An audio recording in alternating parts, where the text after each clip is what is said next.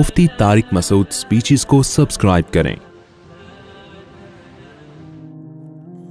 تو میں یہ کر رہا تھا ڈاکٹر اس حوالے سے دیکھے گا کہ یار یہ ہے اور کھانا ایکچولی کھانا چاہیے کہ نہیں کھانا چاہیے وغیرہ وغیرہ۔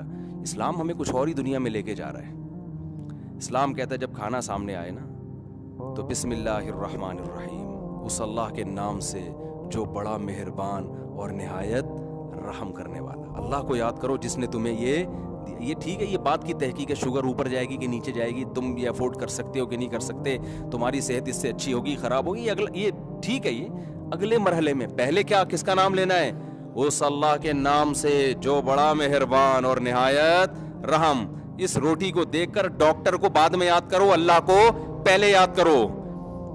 یہ کتنے پروسیس سے گزر کے آئی ہے تمہارے سامنے چنگیری میں جو دسترخوان پہ جو رکھی ہوئی ہے۔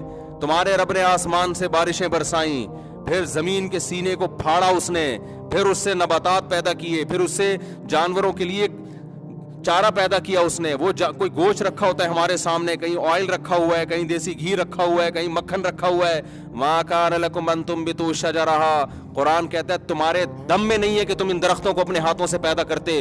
سارے کے سارے کام میں نے کیے۔ اگر میں آسمان سے بارش روک لوں اور زمین کے سینے کو پھاڑ کر تناور درخت پیدا کرنا چھوڑ دوں تو تمہارے ڈاکٹروں کی کولیسٹرول اوپر یہ نیچے کی تحقیق جو ہے نا، یہ اپنے ساتھ قبر میں لے کے دفن ہو جائیں گے۔ یہ سب کے سب زیرو پہ آ جائیں گے، زیرو پہ آ کے کھڑے ہو جائیں گے۔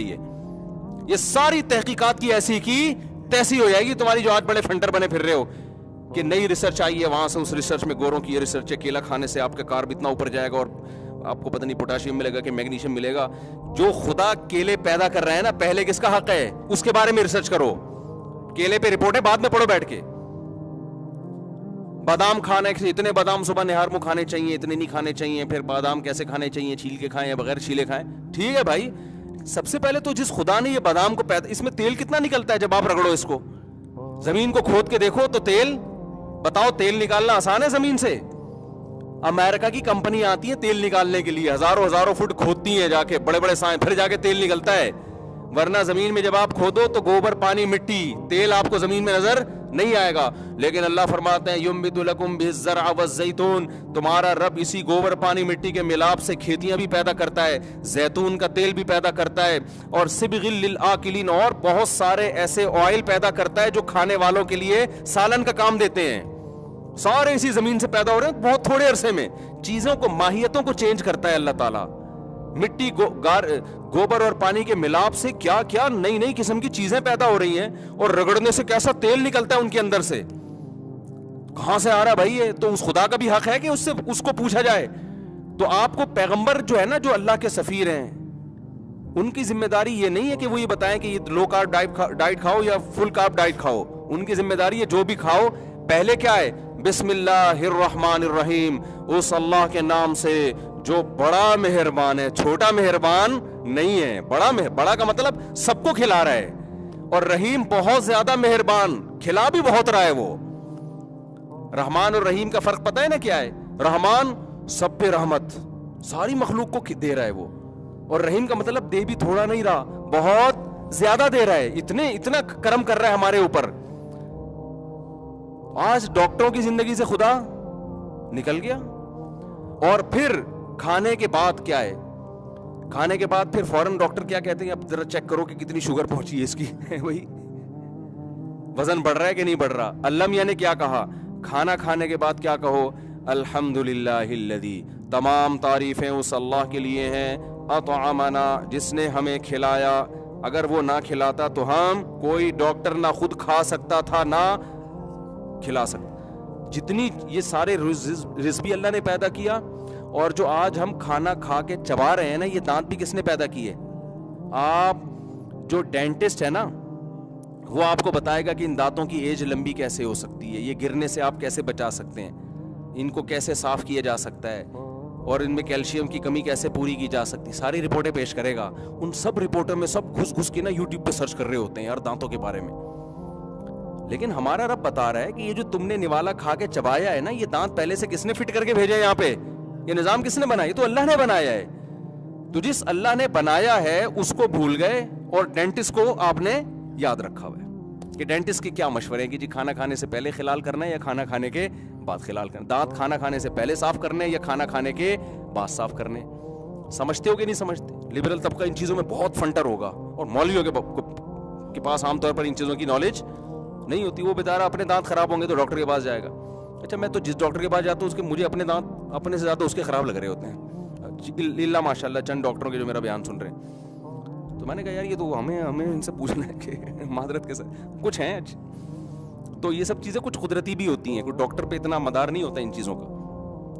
تو اب کیا مسئلہ ہے کہ بھائی اللہ میاں کیا چاہتے ہیں, جب تم نے کھانا کھایا تو الحمدللہ الذی, تمام تعریفیں اس اللہ کے لیے. بھوک کس نے لگائی ہے؟ اللہ نے لگائی نا. وہ سارا سسٹم بھوک لگانے کا جو لگایا ہوا ہے وہ کس نے بنایا ہے؟ اللہ نے.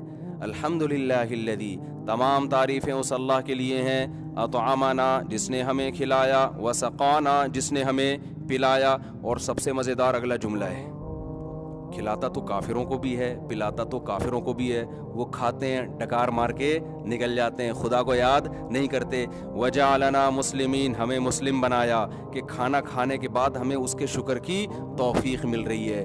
کافر کو اللہ کے شکر کی توفیق نہیں ملتی. وہ کھاتا ہے, ایک ہاتھ میں برگر, ایک ہاتھ میں کولڈ ڈرنک, کھائے گا پیے گا, اور اس کو جب کہا جائے کہ خدا ہے کھلانے والا تو وہ اس بحث میں الجھنا ہی نہیں چاہتا. کہتا ہے بھائی اپنا رستہ لو, تم یہ بتاؤ کہ تمہاری کوالیفیکیشن کتنی ہے. آپ بتائیں گے جی میں ڈاکٹر ہوں, میں اسٹمک کا اسپیشلسٹ ہوں, تو اچھا آپ مجھے بتاؤ کہ جو میں نے برگر کھایا اور کولڈ ڈرنک پی تو یہ میرے پیٹ کو نقصان تو نہیں دے گی؟ آپ سر اسٹمک کے اسپیشلسٹ ہیں نا آپ. اگر آپ بتائیں کہ بھائی میں تمہیں خدا کا حکم بتا رہا ہوں کہ یہ کھانے کے بعد اللہ کا شکر ادا کرو تو اس سے اللہ تم سے راضی ہوگا, تو کہیں اللہ کیا ہوتا ہے یار؟ اللہ راضی ہونے سے کیا پیسے ملیں گے؟ کیا ملے گا اللہ راضی ہونے سے؟ میں سمجھا پا رہا ہوں اپنی بات. تو دنیا میں دو ہی طبقے ہیں بھائی, ایک وہ جس نے اللہ کو اپنی ڈکشنری سے نکال دیا ہے, اور ایک وہ ہیں جو اللہ کو یاد رکھتے ہیں. پانی پینے سے پہلے یاد رکھتے ہیں, پانی پینے کے بعد یاد رکھتے ہیں. ہمارے حضرت مفتی رشید احمد صاحب رحمہ اللہ تعالیٰ فرمایا کرتے تھے, حالانکہ حضرت کو میڈیکل سائنس کا بھی بہت علم تھا, صحت کے حوالے سے بہت نالج رکھتے تھے. حضرت فرمایا کرتے تھے کہ جب مجھے بھوک لگنا شروع ہوتی ہے نا تو میں اس وقت سے اللہ کی نعمت کو سوچنا شروع کر دیتا ہوں کہ میرے رب کا مجھ پر کتنا بڑا احسان کہ وہ مجھے بھوک لگا رہا ہے. بہت سے لوگوں کو بھوک نہیں لگتی, بھوک لگنا بھی تو نعمت ہے نا. فرمایا پھر میں یہ سوچتا ہوں کہ بھوک لگنے کی وجہ سے جو کھانے کی طلب ہوئی, یہ طلب بھی ایک لذیذ چیز ہے. جب طلب پیدا ہوتی ہے اور امید ہو کہ مل جائے گا, یہ پہلے زمانے میں جب دولہا کی شادی ہونے والی ہوتی تھی نا تو شادی سے پہلے بہت خوش ہوتا تھا وہ, ونس اپون اے ٹائم, کیونکہ زندگی میں کبھی اس نے کسی لڑکی کو دیکھا نہیں ہوتا تھا تو اس سے دن گزارنا مشکل ہوتا. اب ایسا ہوتا ہے کہ بہت سے آپ لوگوں کے علاوہ اب وہ ہے کہ شادی ہونے والی ہے, ٹھیک ہے ہو جائے گی. پہلے ایسے ہی ہم سلام دعا تھی, اب تھوڑا سا ایک روایتی انداز میں ہماری کیا ہو جائے گی, اس سلسلے میں حاضر ہوا ہوں میں. وہ ہے نا دولہا گیا بیوی دلہن کے پاس تو پہلی رات کہتا ہے میری کل آپ سے شادی ہوئی تھی, اس سلسلے میں حاضر ہوا ہوں میں آپ سے, ملاقات کے لیے آیا. تو جب انسان کو کوئی نعمت ملنے والی ہوتی ہے, طلب ہوتی ہے, تو اس طلب کا جس میں آپ کو پتا ہو کہ میری طلب پوری ہو جائے گی, میری چاہت پوری ہو جائے گی, اس کا اپنا ایک مزہ ہے یا نہیں ہے؟ تو فرمایا کرتے ہیں میں اس پہ بھی اللہ کا شکر ادا کرتا ہوں کہ اللہ مجھے بھوک لگ رہی ہے اور کھانا آنے والا ہے. مزہ آتا ہے کہ نہیں آتا انتظار میں؟ یہ بھی اللہ کی نعمت ہے. یہ احسان کون کر رہا ہے؟ دیکھو ایک لبرل ڈاکٹر تو اللہ کو لفٹ کرانے کے لیے تیار نہیں ہے بھائی, اس کا وہ شوگر میٹ لگا ہوا ہے اپنا کہ یار مجھے بھوک لگ گئی ہے, ایسا نہ ہو شوگر اور ہائی ہو جائے. اور اللہ والے کیا کر رہے ہیں بھائی, اس خدا نے ہم پہ یہ طلب پیدا کی, خدا ابھی سے ہمیں لذت دے رہا ہے کہ ابھی کھانے کے انتظار کی لذت. کہتے ہیں پھر جب کھانا سامنے آتا ہے تو پھر جو اس کی خوشبو آتی ہے اس کی ایک الگ لذت ہے.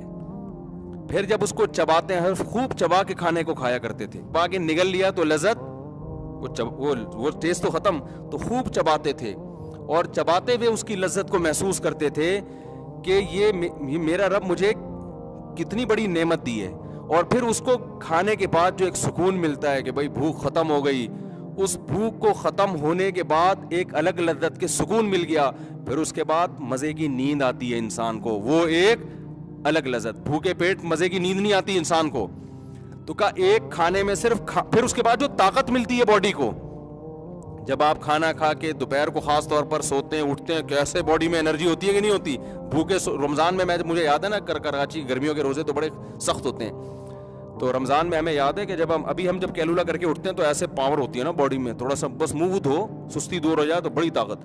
رمضان میں جب آپ 3-4 بجے اٹھو نا, ایسا لگتا ہے قبر سے مردے کو اکھاڑ رہے ہیں. گھر والے جب آپ کو اٹھا رہے ہوتے ہیں ایسا لگتا ہے قبر سے, اتنی بھوک سے حالت خراب ہوئی, اٹھا ہی نہیں جاتا. تو 1 گھنٹے تک آدمی نارمل نہیں ہوتا, تو طاقت آنے کے بجائے وہ بھوک کی وجہ سے اور وہ ہضم ہو جاتا ہے نا سب کچھ, تو وہ اور زیادہ. پھر عصر کے بعد حالت دیکھا کرو گرمیوں کے روزوں, سردیوں میں تو چلتا ہے, گرمیوں کے روزے میں حالت دیکھا کرو کیسے مرجھے آئے ہوئے ہوتے ہیں بڑے بڑے دہشت گرد, اور کیسے جناب ایسے بیٹھے. پھر ایک دم جب افطاری کے 2 لقمے 2 پکوڑے پیٹ میں جاتے ہیں ایک دم انرجی آتی ہے, اور پھر مغرب میں دیکھو کیسے پھدکتے ہوئے آ رہے ہوتے ہیں ایسے اسپیڈ سے. تو فرمایا کرتے تھے پھر اس کھانے سے جو جسم میں طاقت ملی ہے اس کو سوچتا ہوں کہ میرے رب نے مجھے یہ طاقت دی. اور مسلمان ایک اور چیز بھی سوچتا ہے کہ یہ سب کچھ سوچنے کی بھی توفیق دی اس اللہ نے مجھے. اللہ نے ہمیں یہ سب کچھ سوچنے کی بھی توفیق دی. کافر یہ ساری نعمتوں سے فائدہ اٹھائے گا, نہ زبان سے خدا کا شکر ادا کرے گا, نہ خدا کے بارے میں سوچے گا. جو ملحد کافر ہیں وہ تو ہے ہی نہیں, اور جو مشرک ہیں وہ بت پہ ڈال دیتے ہیں. وہ کس کو, جن کو خدا کا شریک بنایا ہوا نا اس پہ, کہ دیکھا ہم نے بھگوان کی وہ اس پہ گئے تھے نا, ہم وہ بت کے ہم نے آشیرواد کیا تھا نا, تو اس کی وجہ سے آج ہماری روٹی ملی ہے ہمیں. ہم جو فلاں بابے کے مزار پہ ہم نے جو بکرا چڑھایا تھا نا, اس کے نتیجے میں ہماری تنخواہ بڑھ گئی اور آج ہمیں یہ کباب پراٹھے کھانے کو مل رہے ہیں. تو نہ مشرک خدا کا شکر ادا کرتا ہے, نہ ملحد خدا کا شکر ادا کرتا ہے. اللہ کا شکر صرف توحید پر ادا کرتا ہے, جو ایک خدا کو مانتا ہے اور جس نے خدا کو یاد رکھا ہوا ہے. تو ہمیں اپنی زندگی میں میرے بھائی خدا کو لانا پڑے گا, اور علم حاصل کر کے آپ خدا کے قریب ہوں, خدا سے دور ہونے کی کوشش نہ کریں آپ. تبھی ہمارے نبی نے ہمیں یہ سکھایا, کوئی بھی امر عجیب ہونا تو ہمیں سبحان اللہ کہنا چاہیے, تاکہ ہم اس کو کس کی طرف لے کر جائیں. ہمارے لبرل لوگوں کو نا سبحان اللہ کہتے ہوئے شرم آ رہی ہوتی ہے. یہ حالت ہو گئی یونیورسٹیوں میں, کیا لوگ مولوی نہ سمجھنا شروع کر دیں, اللہ کی تعریف کرتے ہوئے شرم آ رہی ہوتی ہے. کھانا کھانے کے بعد دعا مانگتے ہوئے شرم آ رہی ہے. پہلے تو صرف ٹوپی پہنتے ہوئے شرم آتی تھی نا, کہ لوگ کیا کہیں گے, فنڈامنٹلسٹ قسم کا آدمی ہے, کوئی مولوی ٹائپ کا لگ رہا ہے. اب ٹوپیاں تو سر سے گئیں, لیکن اب کیا ہے کہ جو تعریفی کلمات خدا کے لیے کہنے چاہیے وہ بھی آہستہ آہستہ ختم. شرم آ رہی ہے کھانے کے بعد دعا پڑھتے ہوئے, لوگ کہیں گے یہ تو مولانا ٹائپ کا آدمی ہے. میں اکثر ایک واقعہ سناتا ہوں نا, ہمارے محلے میں ایک صاحب تھے, ان کے کوئی لڑکی والے آئے رشتے کے لیے, تو وہ مؤذن تھے نہیں, کبھی کبھار جا کے شوق میں اذان دے دیا کرتے تھے. تو وہ مسجد میں آئے, انہوں نے اذان دے دی. مؤذن کو کہا یار میں اذان دینا چاہتا ہوں. انہوں نے کہا چلے یار تو دے دے. آج اذان دی ہے تو لڑکے کے ابا نے نا لڑکی والوں کو خوشی سے بتایا یہ ہمارا بیٹا اذان دے رہا ہے. ان کا خیال تھا کہ یہ کہیں گے واہ یار یہ تو بڑا نیک آدمی ہے, ماشاء اللہ اذان بھی دیتا ہے, واہ بھائی. تو لڑکی والوں نے, یہ بات ہے میرا خیال ہے 25 سال پرانی بات ہوگی ہے, اس زمانے میں یہ حالات تھے. تو انہوں نے کہا بھائی یہ تو مولانا ٹائپ کا آدمی ہے, بھائی یہ تو اذان دے رہا ہے یار.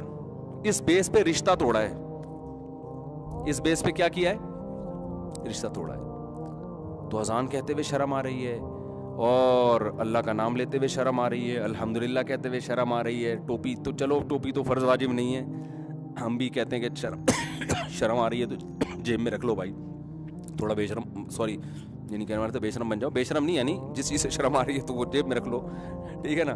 لیکن جو چیزیں مستحبات میں داخل ہیں, اللہ اس کے رسول صلی اللہ علیہ وسلم کے احکامات ہیں, ان میں میرے بھائی ہمیں شرم نہیں آنی چاہیے, ہمیں شرم نہیں آنی چاہیے. شرم اس کو آنی چاہیے جو خدا کی نعمتوں کو کھا رہا ہے, اور کھانے کے بعد الحمدللہ الذی اطعمنا, نہ کھانے کی دعا یاد ہے کم وقت کو.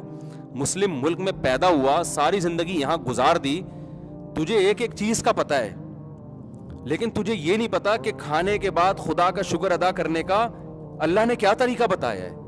دعائیں یاد نہیں ہوتی لوگوں کو, چلو عربی مشکل ہے, اردو میں یاد کر لو. تمام تعریفیں اس اللہ کے لیے جس نے ہمیں کھلایا, جس نے ہمیں پلایا, اور ہمیں اس نے مسلم بنایا. عربی میں نہیں آتی, اردو میں یاد کر لو. تو اللہ چاہتے ہیں بھائی یہ علم آپ کو خدا سے دور نہ کرے بلکہ خدا سے قریب کرے, اور یہ علم انسان کو خدا سے دور کر رہا ہے, اس میں تکبر پیدا کر رہا ہے.